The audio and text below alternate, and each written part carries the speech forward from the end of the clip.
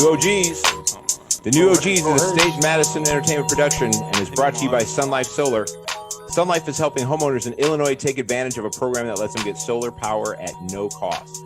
So, if you are a single-family homeowner in the state of Illinois, spit that one out. If you're a single-family homeowner in the state of Illinois, you can lower your electric bill, raise the value of your home, and do something good for the environment without paying a single dollar out of your pocket to do so. Not a single dollar out of your pocket, Not a single dollar out of your pocket. You actually don't have to put up any money, and you can get solar panels on your roof. It's crazy. In fact, they can actually only work with you if they can save you money, which is great. Sun Life is a SunPower dealer. It's an American panel maker with over 30 years of solar experience. And Sun Life even has a referral program that pays out as much as $500 per referral. So head over to www.illinoissolar.today and get in contact for a free consultation or to refer someone you know.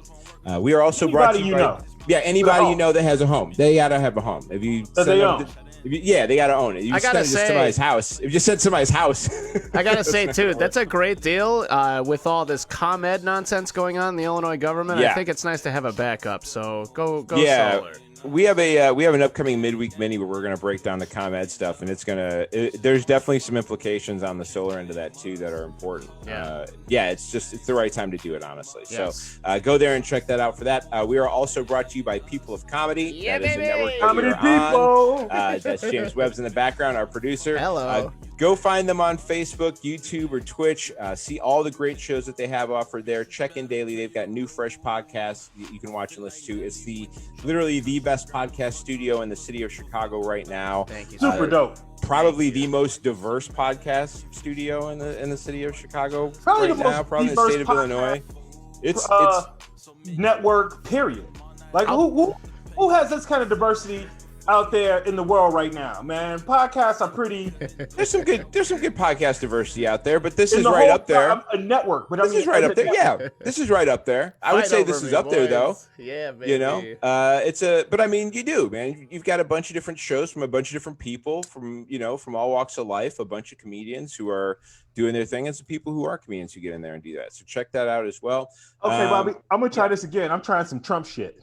Who's better? Nobody's better than us. We're the most diverse ever. Nobody's ever been this diverse.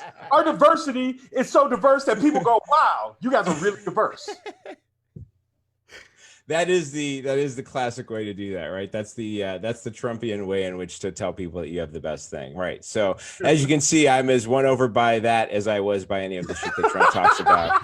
I have that ability. Also, Zanies is a comedy club in Chicago that is open. Sir. They're doing live shows again. Make sure you go to zanies.com. It is legendary. It is what is it? The oldest comedy club in the city. It is probably one of the oldest ones in the country. It's like 35, 40 years old. Something 40 like years that. old. Yeah. 40 years old. That's an old ass comedy club. If it was older than most of the comics in it.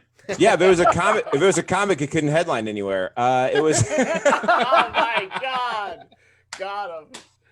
Wow. Oh man.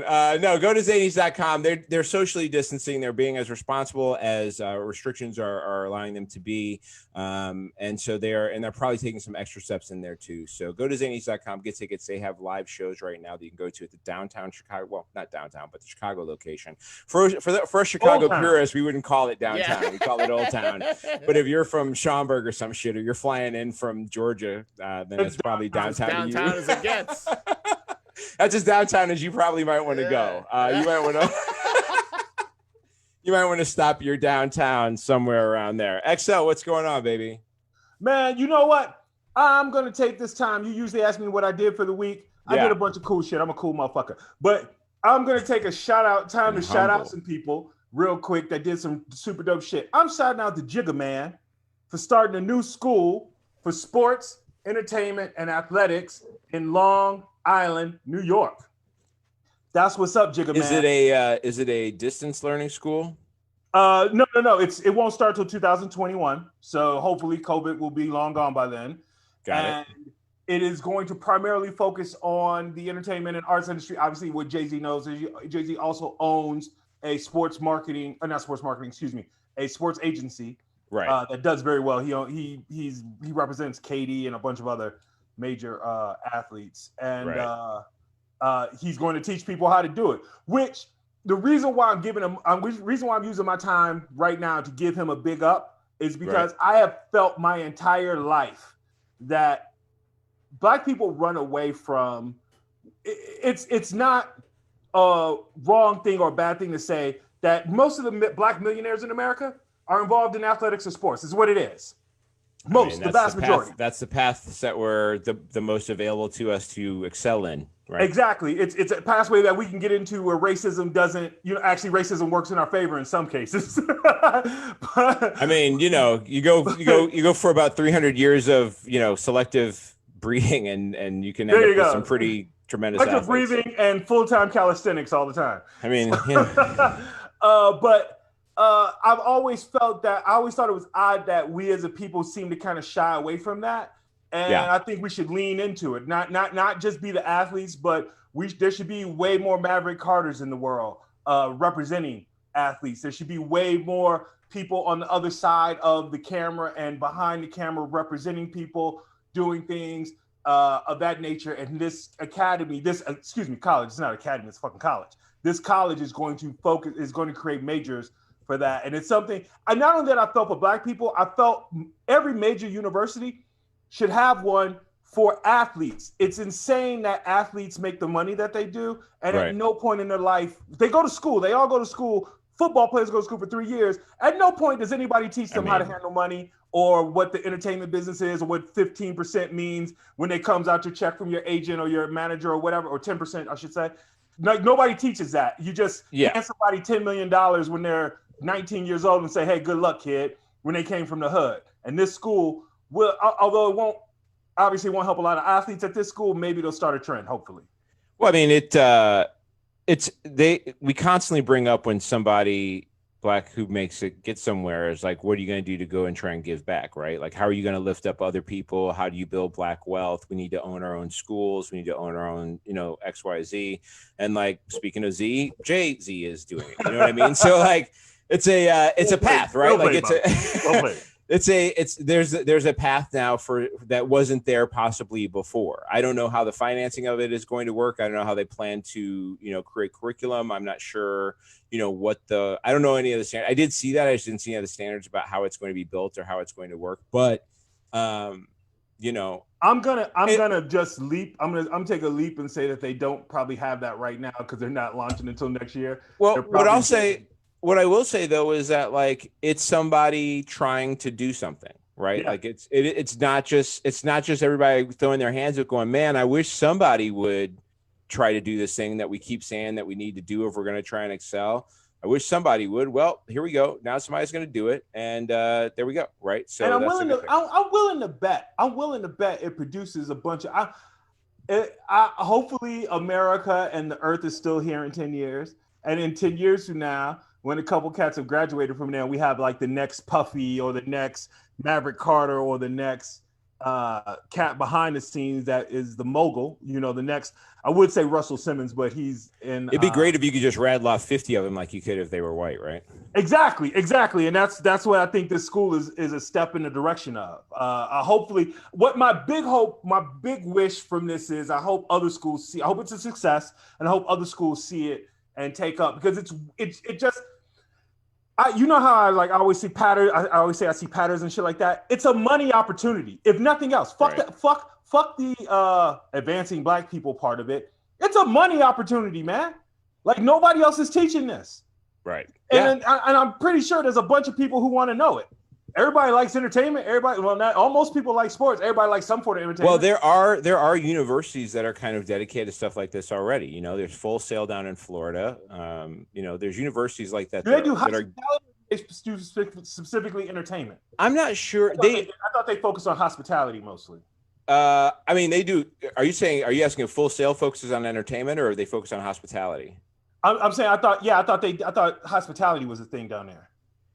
So you're saying, Full Sail is a huge music university. Oh, okay, my bad. Yeah, their whole thing is like learning. If you want to learn how to be a producer or learn how to manage entertainment or learn how to you go get a degree from Full Sail University. Like that is for Florida. There's a bunch of producers that have come out of Full Sail University. I think from God, did T-Pain go to Full Sail? There's been, I mean, you can just go down the list. There's a bunch of cats who came out of Full Sail who become, I think Rodney Jerkins was a Full Sail University guy. There's a bunch of guys who've come out of there that were just tremendous as far as, you know, production capabilities. So yeah, that's wild, man. It's it'll be, you know, it'll turn a lot of things around. Hopefully we'll create some more opportunities on the business side of everything that's going on. That's pretty straight. Hopefully some people have some money to do it when that time comes. We do not have a new stimulus bill yet. We're still kind of waiting on that, which is insane.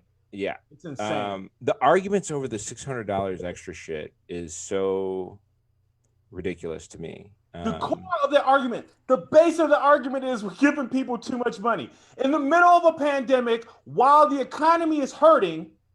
And they're trying to stimulate the economy. The entire purpose of it is to try to re-stimulate the economy. And their complaint is, well, we're giving you too much. Right. That doesn't make sense. It just doesn't make sense. If you're trying to stimulate the economy, of course you give too much.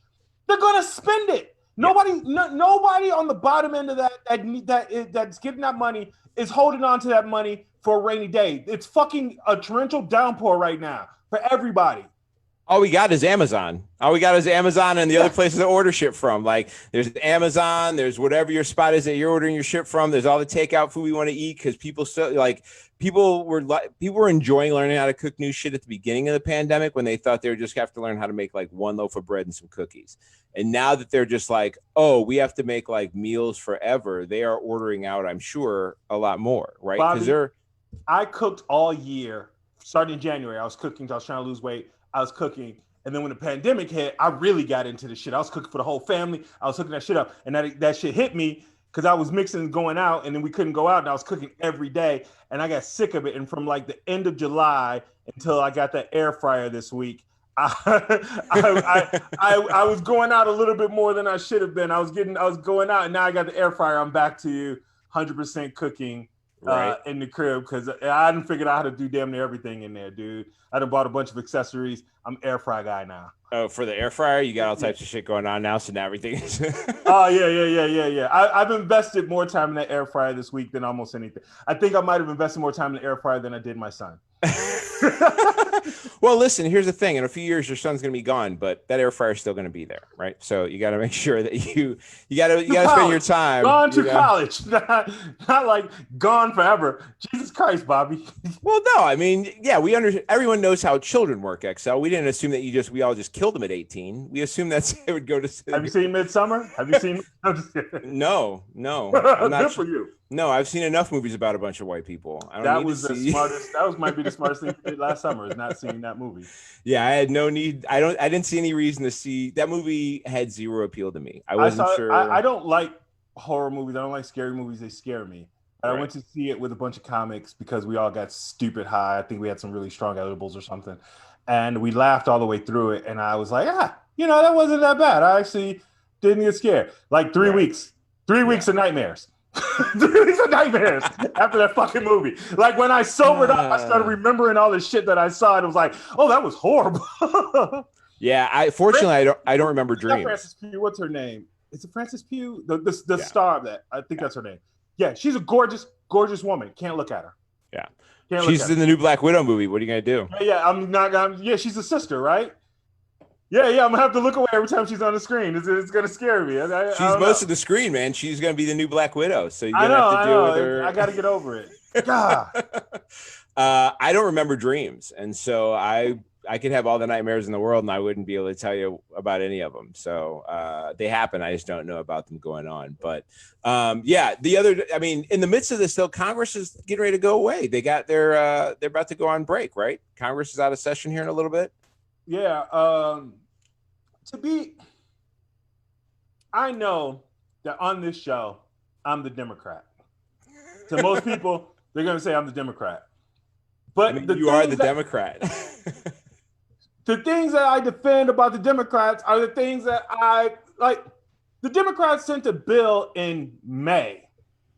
Right. They sent a bill in May with what needed to be done because everybody knew that more was going to have to be done. Right. Mitch McConnell, being conservative, said, well, let's wait and see what happens with what we've already done before we already commit to making more, which as an ex-conservative, that made sense to me. You're right, Mitch. We're going to pass this bill, is what I'm thinking. But I'm also like, yeah, let's wait and see. Let's see how much we need. We might need more. We might need less. Right. Well, the GDP dropped 32%, more than it's ever dropped in the history of the United States.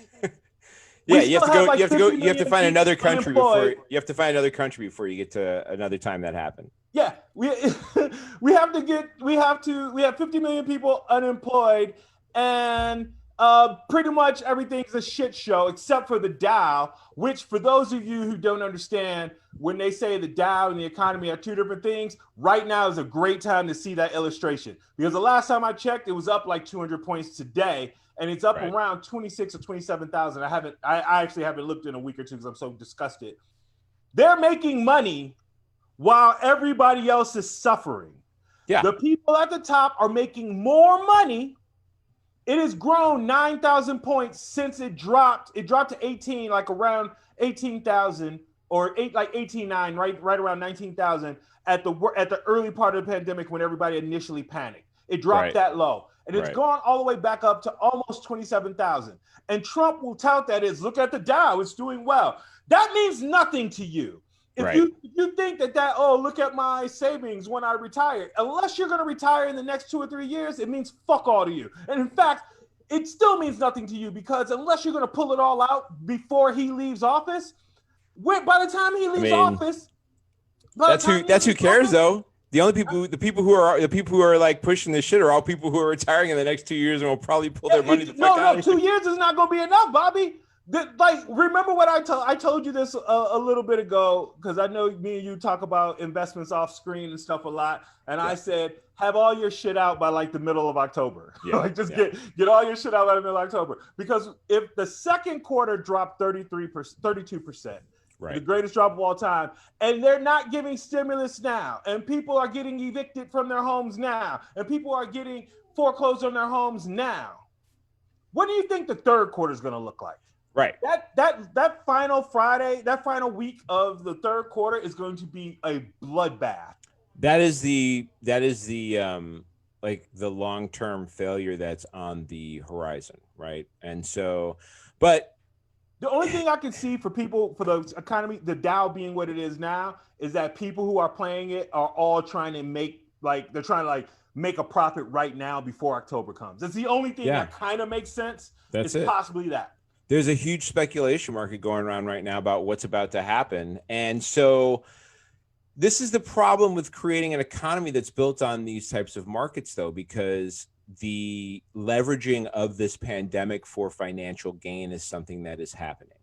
Yeah. And the leveraging of the pandemic for financial gain can only really truly happen. Don't get me wrong. There's some people who are going to hit it big during this time, right? And during this 6 months, there's somebody who did something at the right time, who made a move, and I mean a big move, right? Like, I mean somebody who like didn't have a whole lot but invested right in this. Now there's a few of them, right? But the reality is like the actual people who gain the most in this, after a whole bunch of people get evicted and don't have money to pay for shit, are the people who have so much money that even losing $20 billion ain't shit. That even losing $30 million ain't shit. That even, you know what I mean? Like, those people are the ones who will come by afterwards and buy up all the locations. They're the ones who will come through afterwards and buy your house that you can pay for, and they'll change that whole land over to different shit. And so it's a benefit to them to have this shit be fucked up. Also, something scary. I was talking with a friend of the show, friend of ours, probably watching. Shout out Kyle Scanlon. Kyle Scanlon loves shout outs. He told me something that kind of shook me, and I haven't had a chance to investigate more. But he's from far, like 6 hours south, 5 hours south in Illinois, and all farmland down there, just everywhere, right? Right. And a lot of farms had been selling their land; they couldn't continue farming anymore, stuff like that. And apparently, the government is buying up the land instead. Because we were talking about, Kanye made the comment about, why don't more Black people just buy up land in the Midwest where it's cheap and you can have like acres of land to you and your family forever, and blah blah blah, and all that stuff. And Kyle was like, well, the government's buying up all the land, which is not something I would expect Kyle Scanlon to come back at me with, but he spent some time down south this summer with his family, and he's telling me, he's talking to the people down there. And also, I'm passing this on from him, but also he says it's a completely different world down there. It's a Trump town. Of course. And, it's a small town. Southern Illinois. Are you surprised? They have no COVID, and they're walking around like they change nothing in their lives. They're like nobody's wearing masks. People just hanging out doing their thing. So I think he said like the first couple months they were scared, and then when nobody had cases, because they don't have cases there, and it's literally because nobody fucking goes there, dude. Yeah, exactly. Like, think about it. If you are listening to this and you don't live in Southern Illinois, what in your life has ever spurned any idea that you have even thought about the fact that there even is a Southern Illinois? The fact that you start talking about Southern Illinois right now, there's a bunch of people that are like, oh, right, there's a whole like southern part of Illinois. It is weird that Illinois doesn't stop after like Kankakee. I mean, at least Champaign. Yeah. Oh, you know what? Like Champaign and Springfield. The only thing I think about going down there is if I had some IU. Like I think the last time I was in Champaign was a Dave Matthews concert at U of I, and the last time I was in Springfield. XL loves white women. I used to. I told you I'm often bitches.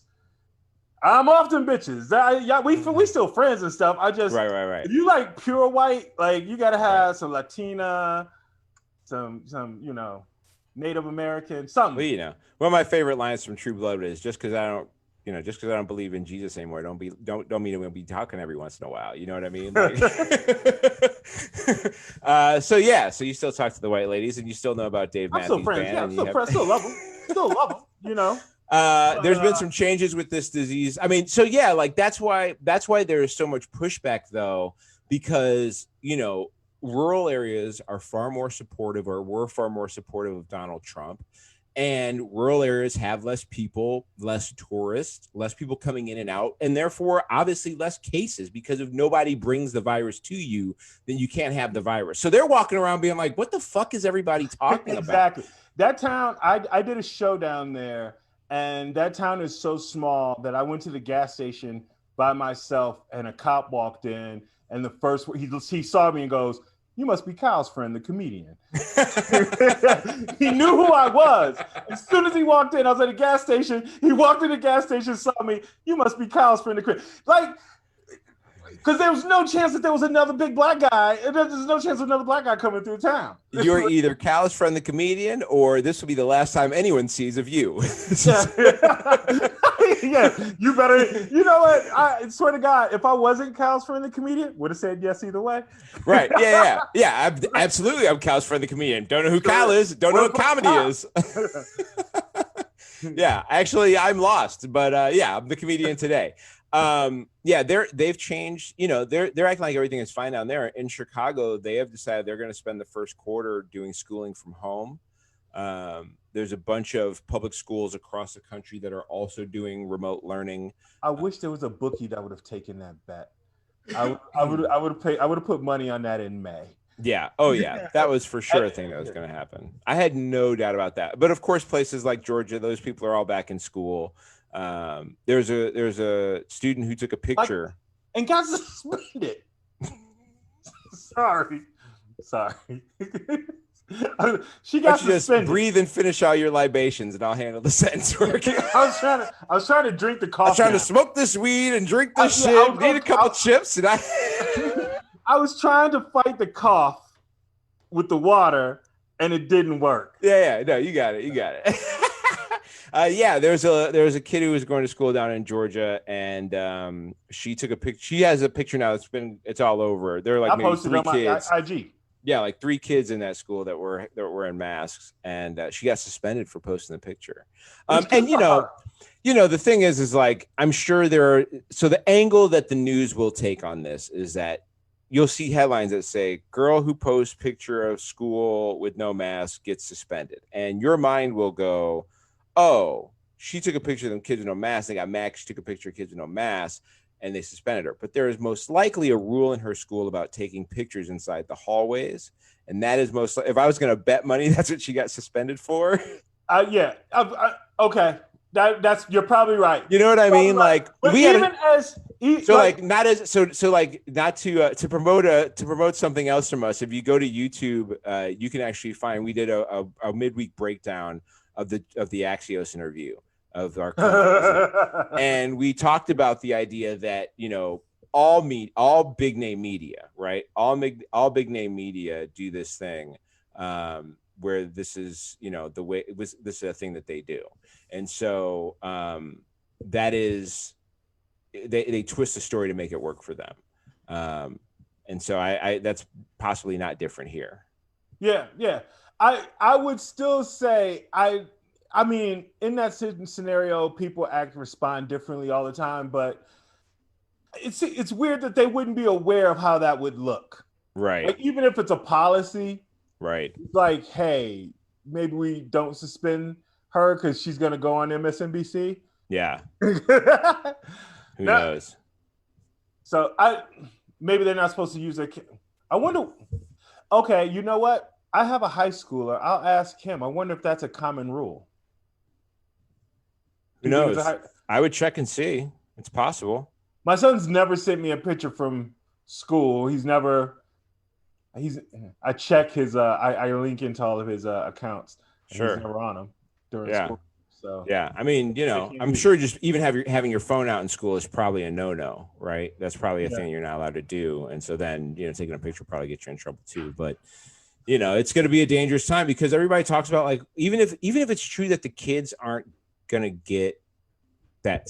Well, there's already been cases of kids getting sick, so that's ridiculous. But even if it were true that, right, the kids aren't going to be getting each other sick, like, somebody's got to teach the kids.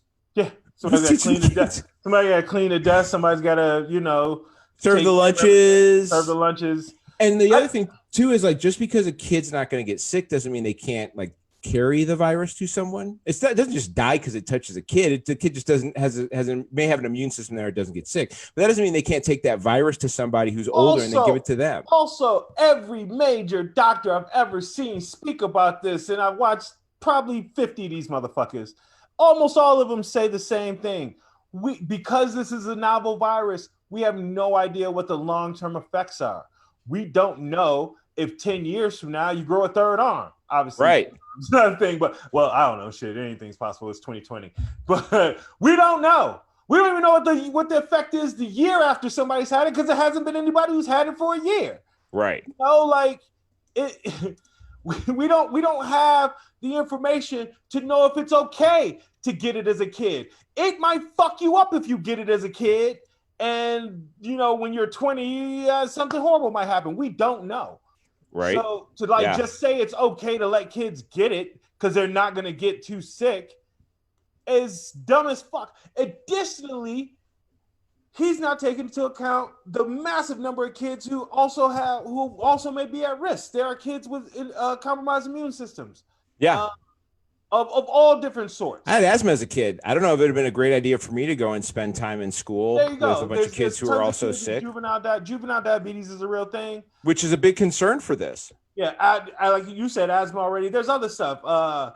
So his carelessness. Yeah. To send children back to school. I'm so happy. I think I keep looking for signs in the world that he's losing, that his voice doesn't mean anything like it used to. And the fact that major schools around the country are all just like, yeah, fuck you, we're not having classes, and totally ignoring him, and his threat to hold the money back is amazing. It's very, I love it. Obviously, there's schools in states where he has a strong following. Like, there was a school in California in an area that's very Republican that fucking 200 kids all squeezed in and took a picture together. Those kids are at the higher end of where it stops being okay. Like, I just saw a story this morning of a 19-year-old dying. Right. So, like, this presumption that these kids are going to be okay is just so fucked up. That's the craziest thing about this virus, though, is that it's not been around long enough for us to be quite sure exactly how and who it affects. even at this many people, we're still getting like new information about how some of the things with the virus work, who it deals with. Listen, man, when 3 people are sick with a virus, you only have those 3 people's histories and like eating patterns and, health histories to look at to go, okay, well, maybe this is why you got sick. But like, so that's why it changes all the time, right? Once you get to 15 people, you're like, oh, cool. We have a couple Asian people who've had it. We've had some people who are white who've had it. We can now try and figure out like what racial markers, what gender markers. You can't figure all that stuff out until you get more cases of people who have it, unfortunately. And so like what that means is the information is going to evolve over time, and what works and what doesn't work is going to evolve over time too. What really bothers me is there doesn't seem to be we're doing all the research right now is focused. Everybody's racing for the cure or the vaccine, and I understand because it's fucking shutting down the planet. I don't know a lot about therapeutics and treatments because there might be things that we could do to help minimize the effects before it gets to you got to go to the hospital. You know what I mean? Right. Like I know, like there's a study from Israel that vitamin D3 is apparently a very literally the doctor used the term. It's like taking a steroid for your immune system. Take a steroids for your immune system is what the doctor said. Wow. And I'm repeating them. This is not me emphasizing or embellishing. Yeah. It was a huge study in Israel. Please check for yourself. It was on. They were talking about it on not NPR, but I believe they studied 60,000 Israelis with it. So it was a massive study for that type of study. And they said taking vitamin D3 helps block it if you are if you have like maybe a mild casual contact with the virus. Right. It helps block it. And if you have it, if you've contracted it, it helps reduce the effect of the symptoms. Yeah. Well, I think the other thing that's weird is how there's this, suggestion that like only the people on the right want to find a cure, or that like there's this thing where, again, it's that whole like the right looks at the left as being weak. There's this whole thing about the right looking at the left as being weak that they kind of use consistently as this like lever to act like, well, you guys just want to stay home. Well, you just want to get welfare money. We just want, you know what I mean? Like it's this whole rollout of things. Wants to stay home. Well, I mean, some people want to stay home. That's not an accurate statement. There's a bunch of people that want to stay home, but I mean, stay home. People and want not to be locked able to ever up. go out. Okay, right? Yeah, there are introverts, but shout out introverts. I feel you, but introverts do not like shout outs. They're usually kind of introverts hate shout outs. They would actually like to leave them alone. Keep to themselves. Why the fuck are you drawing it? Why are you drawing attention to me? No shout out to introverts, but aside from introverts, most people want to have a social life. Like if we could stay home and I could stay home from work. Well, this is work, but if I had a job and I could stay home from work and still go to like a Sox game or sure, or or I could still go to hang out at a bar or wing joint or something like that. Oh yeah, fuck yeah, I want to do that. Stay home and NBA 2K it to death and look at everything on Prime, Hulu and Disney. Nah, man. Yeah, I don't want to be caught up on. I don't want to be caught up on all these shows. It's insane. It's insane. I'm running out of shows. I'm running out of black shows, and there's a lot of new black shows. I've been trying to watch. I was like, well, fuck it. I got time. I could just watch all the black shows, and I'm starting to black shows. Just starting to get low on it. Okay, so listen, here's the deal. Normally I am on my pro account for this, and it seems like I somehow missed that with this one. So we're going to take a quick break if you're listening to this or you're watching right now. James might jump on here and tell you a couple things about Zanies, and I'm going to reboot this thing in 1 second under the right account, and we're going to do the other half of this pod. Right, we're going to get to the back half of this pod in just a second. So if you're watching, stay with us. We'll be back here in just a second. All right, sorry about that, folks. It's me, James. coming at you live with some copy about Chicago's most historic comedy club, Zanies, specifically Zanies in Old Town. Zanies Chicago in Old Town is, hold on, I lost the copy there. They are now open. They are enacting various safety measures to keep everyone COVID-free and safe in this trying time. Some of the requirements they have, you got to wear a mask when you come in and every time you leave your seat. But when you're sitting down, you can enjoy a drink, you can enjoy your food, you can take it easy. The tables are very distanced inside, so you don't need to worry about running into anybody's breath while you're in there. There are numerous hand sanitization stations placed throughout the club, and completely digital menus, so you don't have to touch a menu that some other grimy dude has touched, and you don't have to touch anything your servers touch, keeping them, the kitchen staff, the house staff, the engineers, everybody inside, and you and the comedians 100% safe. Comedy is alive and well in Chicago. Please go to zanies.com/Chicago or chicago.zanies.com. That's chicago.zanies.com for tickets. They have shows, I believe they have shows 4 days a week now, Thursday, Friday, Saturday, and Sunday, featuring Chicago's and the nation's best comics. Again, all completely safe in a great environment in historic Old Town Chicago. We will be right back in a moment with the boys with the second half of this show. Please stay tuned. We'll see you in just a second.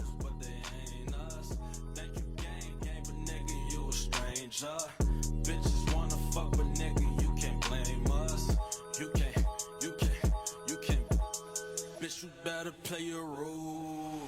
I feel like Nelly when he dropped that country grammar. Fuck the rumors, give a fuck about a story told.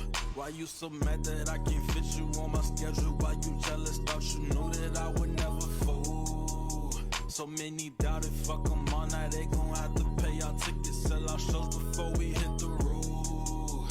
They said we couldn't do it, now we do it just to say we did it.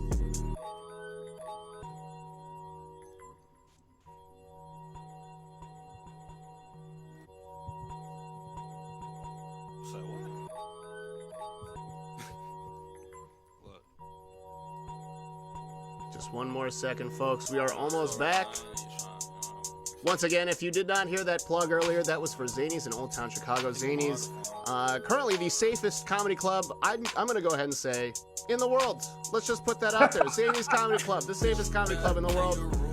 They are enacting various safety measures to keep everyone COVID-free in this horrible environment we've all found ourselves in, including wearing a mask upon entry and every time you leave your seat. But that's it. When you sit back down, you can take your mask off, enjoy the show, some drinks, some food, whatever. The tables are distant, so you don't have to inhale anyone else's breath while you're enjoying the show. And it's distant from the stage, so you're not infecting any comics when you're in there. Not that any of you are infectious, because you're all clean, healthy people who would not dare leave their house to go to a comedy club if you were sick. There are numerous hand sanitization stations everywhere throughout the club to make sure that you can keep yourself clean, and they're completely digital menus on your phone. You don't have to touch a grimy laminated menu ever again. Keeping you, your server, the kitchen staff, the house staff, everybody completely and totally safe. Visit chicago.zanies.com for more information to get tickets. There are shows 4 days a week, Thursday, Friday, Saturday, Sunday.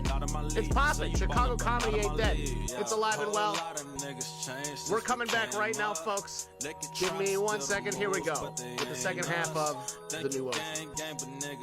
And we are back here, guys. Thank you for giving us a chance to do a break and switch over. Hey guys, I'm looking at our feed. Yeah. Like it's just our picture up. There's no video. Huh. I wonder if you can hear us. I'm looking at our live feed right now. Oh, you're seconds behind, brother. It should be yeah. right now. Yeah, it should be back any second. Trust your producer, XL. Yeah, I trust you, brother. Okay. Trust the boss, man. Trust the boss. So let's jump back into what we're talking about now. Deutsche Bank has opened an internal investigation into the personal banker of President Trump and Jared Kushner, which kicked off over a 2013 real estate transaction. Have you paid any attention to that? Yeah, man. Deutsche Bank's been dropping dimes this whole time. So here's the thing. Deutsche Bank has been dirty for a long time, and they are doing an internal investigation of themselves because trying to man, who is handling all these crazy Trump loans? Like these motherfuckers didn't know. All right. They gave him like $100 million, fam. I don't give a fuck how massive, what kind of things are going on in a bank. You get somebody $100 million, people know about that. Right. People above you know about that. Like if your $100 million from your bank, even if you deal in trillions of dollars total, like your bank knows you gave $100 million and you own a golf course. Technically, right. You're financing it. Y'all know that. You know if Turnberry is yours. Yeah, so, you should have some idea about what's going on with your whole deal, you know. Because I'm pretty sure, like this, just a little thing from the inside of finance world. If they finance that place, guess what? The people at Deutsche Bank get to golf for free. Yeah, they're for sure golfing in those spots for free. The CEO of Deutsche Bank is not paying to fucking golf at Turnberry if he financed the motherfucking place. Yeah, it was a $300 million loan that Trump had for Trump World Tower. He borrowed $640 million for the hotel and tower in Chicago, with a $40 million personal guarantee.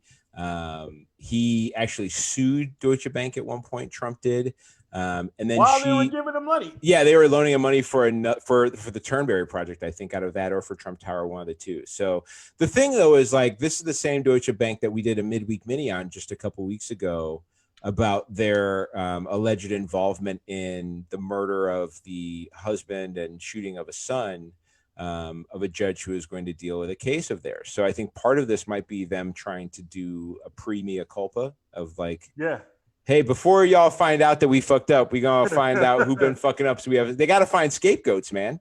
Yeah. You can't take down, Deutsche Bank doesn't want to go down. So, like, who can we put over the fucking barrel for this shit? And it looks like Rosemary Vrablik, who is the banker for the Trumps, is probably going to be the person who gets fucked up in that whole deal. Yeah, she's going to be super fucked up. And again, I keep throwing this back out there because I feel like everybody, I want to do the Will Ferrell line. I feel like I'm taking crazy pills. I just keep reminding everybody that Justice Kennedy's son was also a banker involved in many of those transactions, and he abruptly left his position right when all this shit started to jump off. Heavily involved. And right after he left that position, Justice Kennedy surprisingly retired and gave Trump another fucking Supreme Court justice. Yeah. And there's footage. I've had trouble finding it again. I had it. I lost it. I deleted it by accident. There's footage of an exchange between Trump and Justice Kennedy that looks as though if Justice Kennedy is kind of like not too happy with Trump, right? Like they're not straight up. It's not like a cat fight. It's a look like kind of like don't talk to me, you piece of shit. Get the fuck away from me type of look. Sure. That, I mean, I'm just not somebody who gets. There's so many. I mean, it's. Haven't you seen how paparazzi takes pictures? They take 4,000 pictures at a time.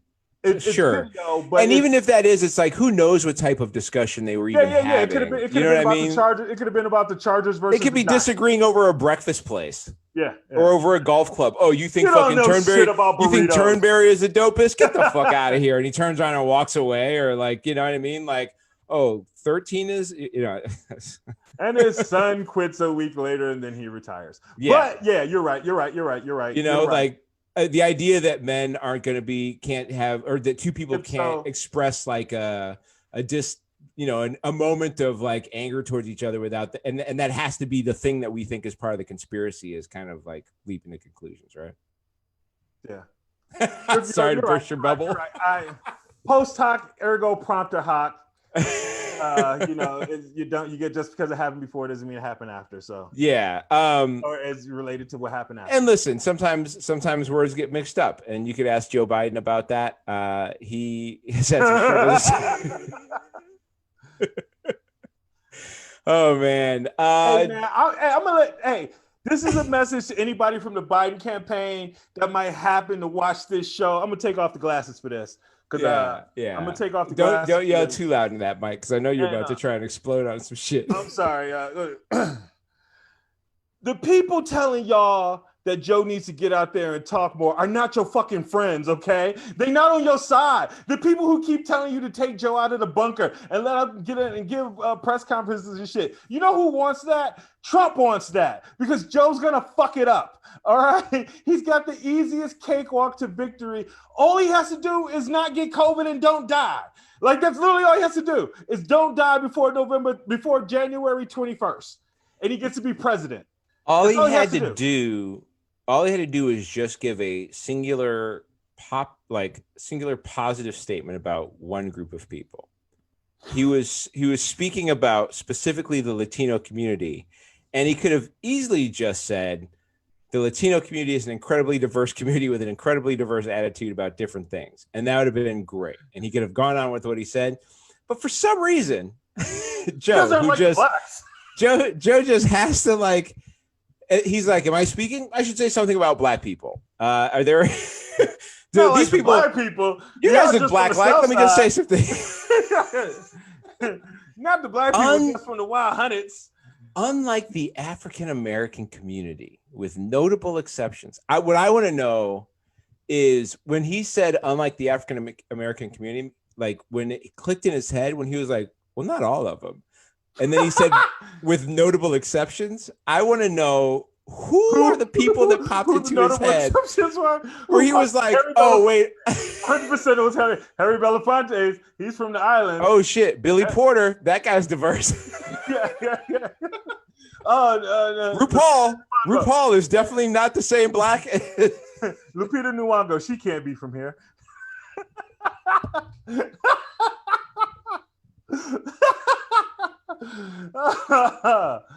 Oh my God. Man.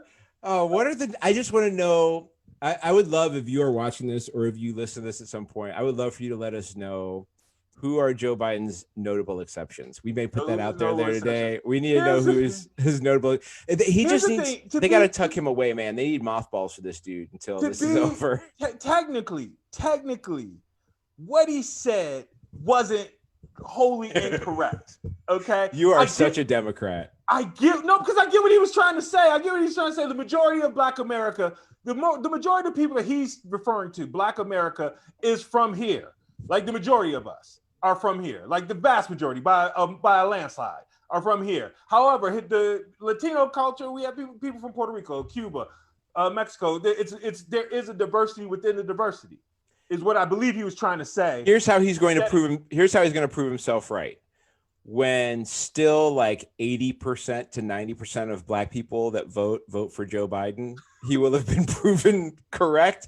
But not because he's actually right, just because there's just not that many people are going to vote for Trump, right? Like man, not that many Black people. There are some, but there's not that many Black people that are going to vote for Trump. That's just not going to happen. You have to either really hate yourself or really actually have benefited from those tax cuts to vote for Trump at this point. Like, you have to have an actual financial, like there has to be like a fiduciary reason that is so big for you. Right.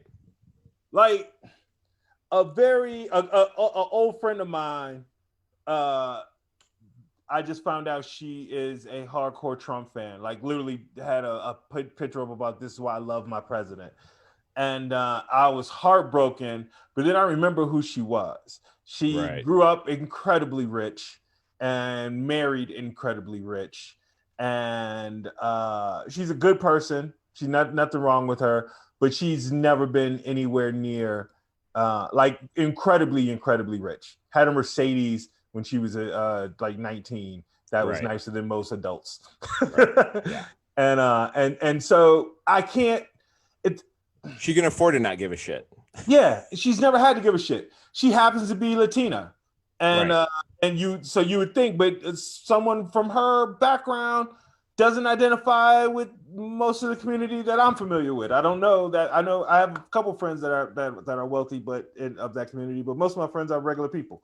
Yeah, but the truth is that's the same thing as that Batman example, right? It's like getting out of the pit and then looking down and like wonder why nobody else has made it out of the pit. Well, it's like she got money. Like I don't think she knew it was a pit, that the pit exists. Like you tell her that what you're telling me is she's like, really? Right. What you're telling me is that somebody crawled out of that pit for her a long time ago. Yeah. Like she like second, third generation money. Yeah. So that's a whole different story. Yeah. In the meantime, whatever happens with Biden, they're like the blue wave is not over for progressive Democrats. Rashida Tlaib won again. AOC beat back the challenger that everybody started to make a fuss about at one point. And I think one of the biggest stories was Cori Bush in Missouri.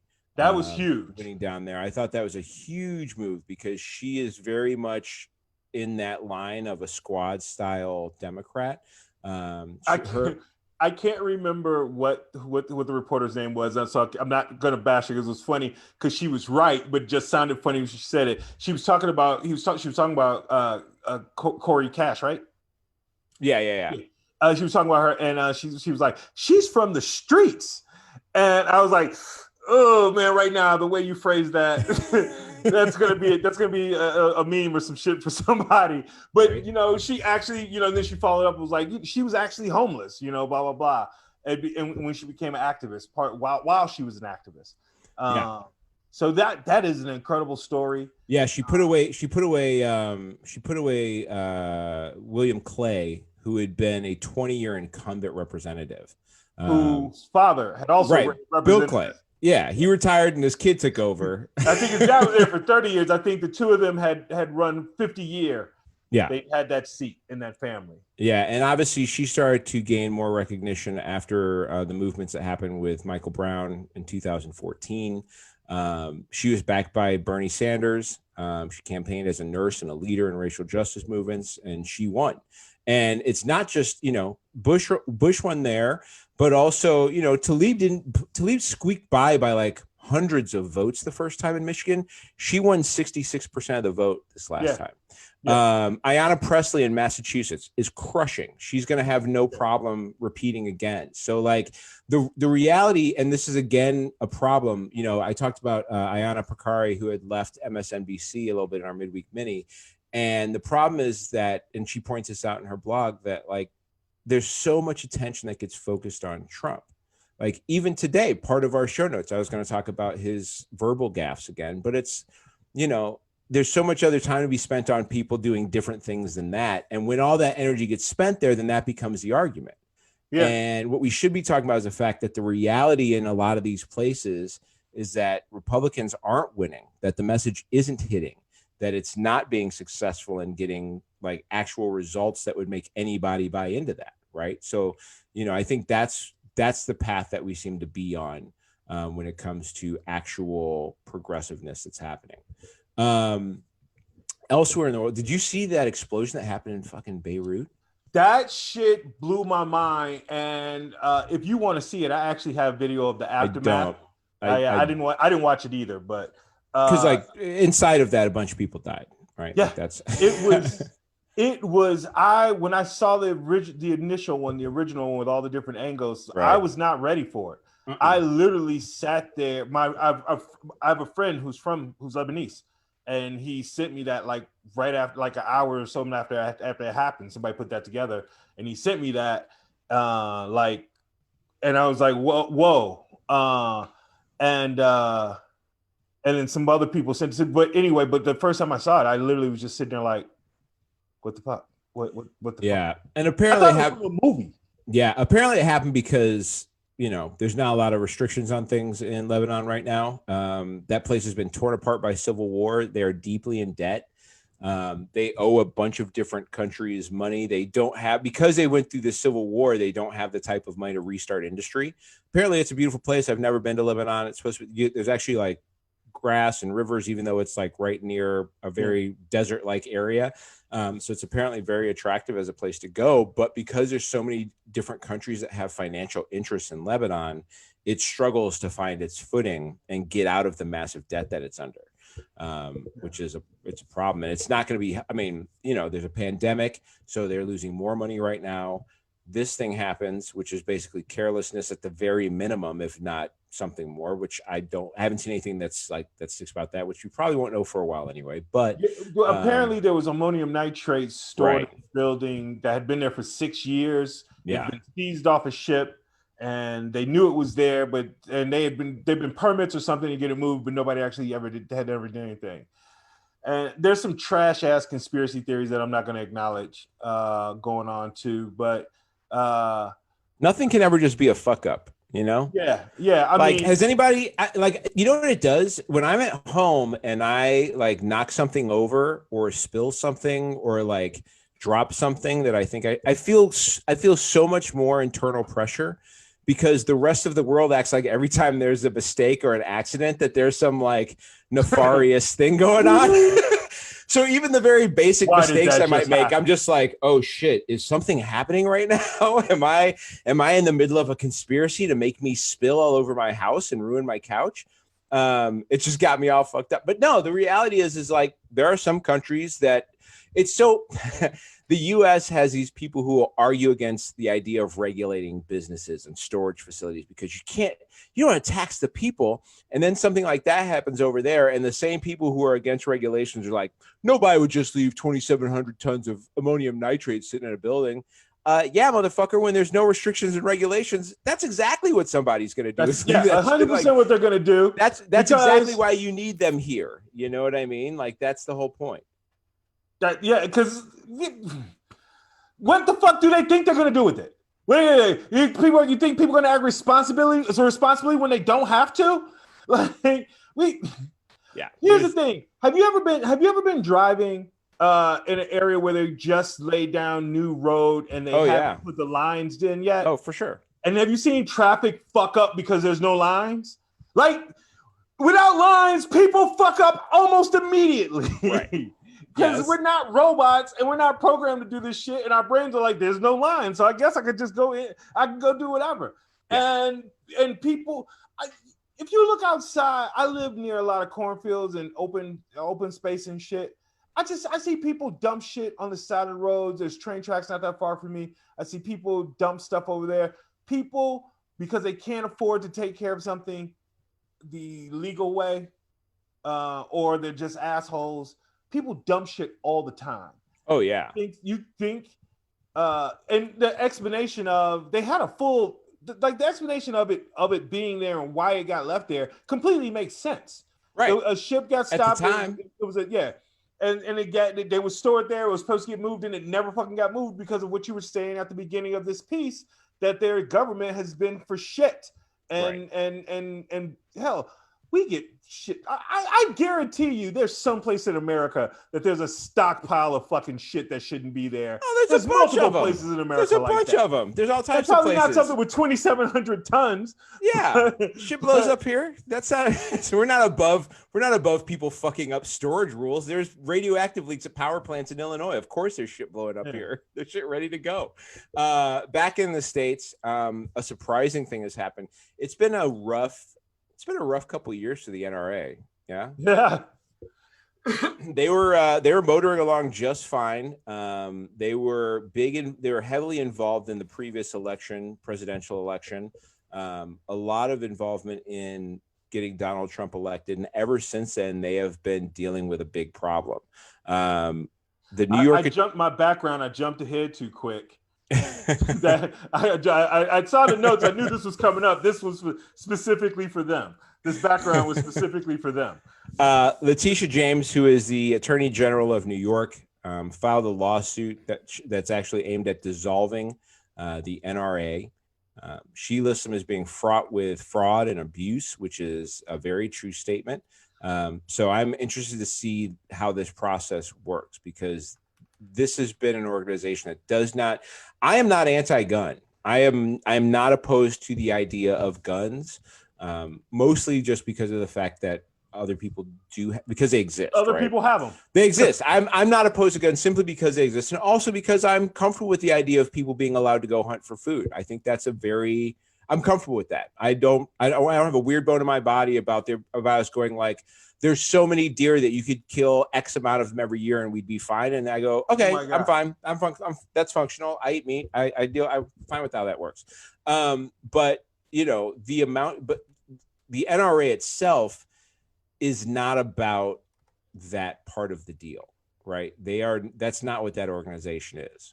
The gun lobby is literally what they're called, the gun lobby. They are a lobby for the gun manufacturers. They don't give a fuck about the Second Amendment, except for the existence of the Second Amendment allows them to exist, allows them to be. So their motivation is to keep you morons buying more and more of their products for some fucking fighting of tyranny. And by the way, we've seen what you will do in the face of tyranny. Not jack shit. Stay home. You stayed home. We've been dealing with tyranny right now. You motherfuckers came out. You motherfuckers came out for the masks, but you didn't come out to protect women, mothers standing up.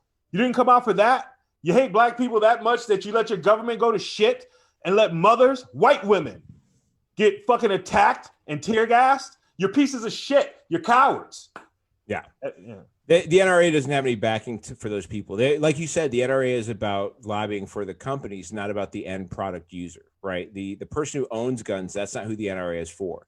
And all the money that you've put into NRA dues has gone to help support lobbies that have essentially helped fight gun laws that allow manufacturers to sell more guns than necessary. It would be like I sent extra money to Microsoft to help them develop more games for me to buy.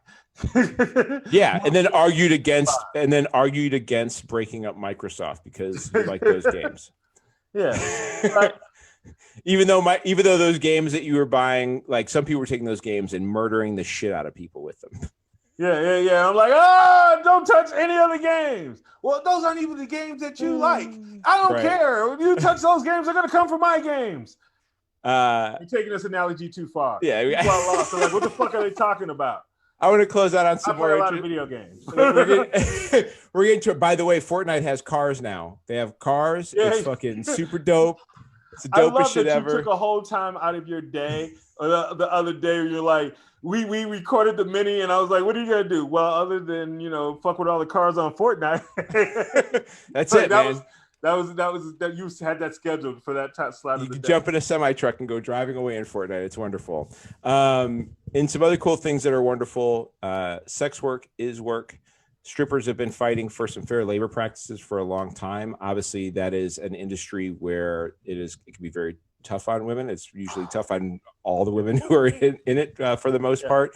So there's not a ton of stripper success stories or exotic dancer success stories that are out there. It can be a difficult world. There's a woman named Brandy Campbell who actually was trying to unionize. She was fired for trying to create a union at her club in Ohio.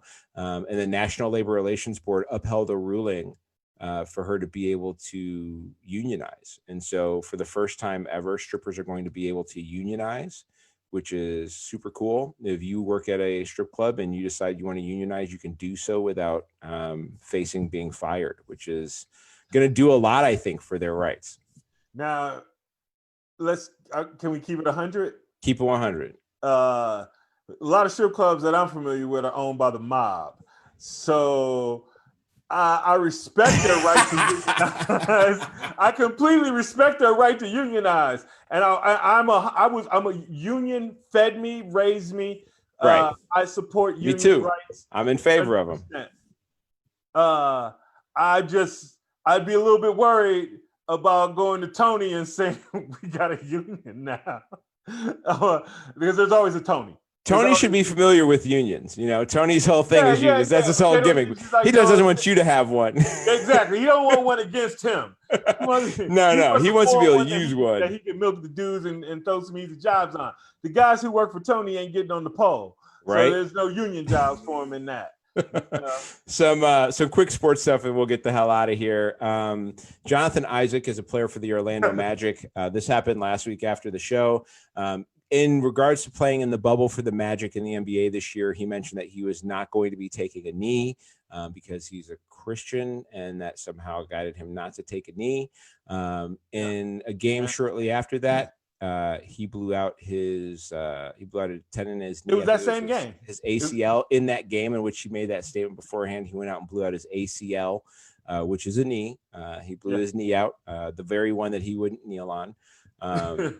Yeah, this is evidence that if there's a God, he's black. Nigga, what?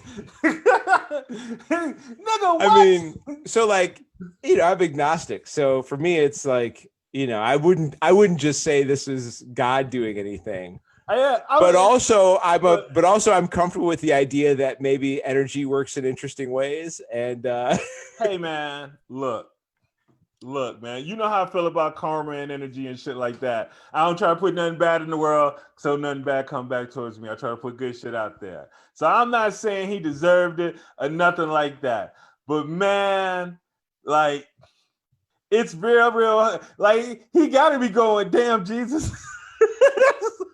Because one of two things. Either Jesus is black Or either Jesus is black. I mean, he did have a problem with the popos. Right.